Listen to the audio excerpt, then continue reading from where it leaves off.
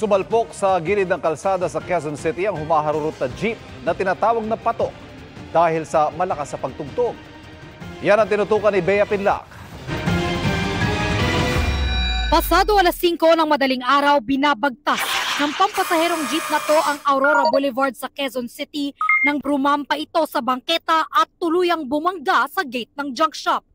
Nadamay pati ang nakaparadang sasakyan ng may-ari. Isa-isang lumabas ang mga sakay ng jeep. 18 silang sugatan, kabilang na ang driver. Ang pinakamalalang injured ng pasahero is head injury. The other is minor na lang. Wala namang gusto sa pangyayari na yan. Sa akin lang na mabayaran din yung damage. Lalo na yung gate ko. Agad dinala sa ospital ang ilang pasahero at ang iba binigyan muna ng paunang lunas. Kwento ng ilang sakay ng jeep. Sobrang bilis na mag-drive kanina. Tapos ang lakas po ng tugtog. Ang sarap ng tugtog niya. Natutuwa pa siya tapos sinabihan ka siya. Kuya, kung pwede na dandahan lang. Galing Cubao ang jeep na biyaheng Kogyo.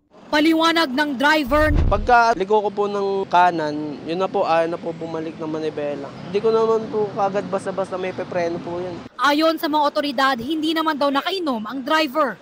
Reklamong reckless imprudence resulting in damage to property and multiple physical injuries ang posibleng kaharapin ng driver. Para sa GMA Integrated News, Bea Pinlac, nakatutok 24 oras. Mga kapuso, patuloy na tumutok sa mga balita. Mag-subscribe sa GMA Integrated News sa YouTube. Sa mga kapuso abroad, samahan niyo kami sa GMA Pinoy TV at www.gmanews.tv.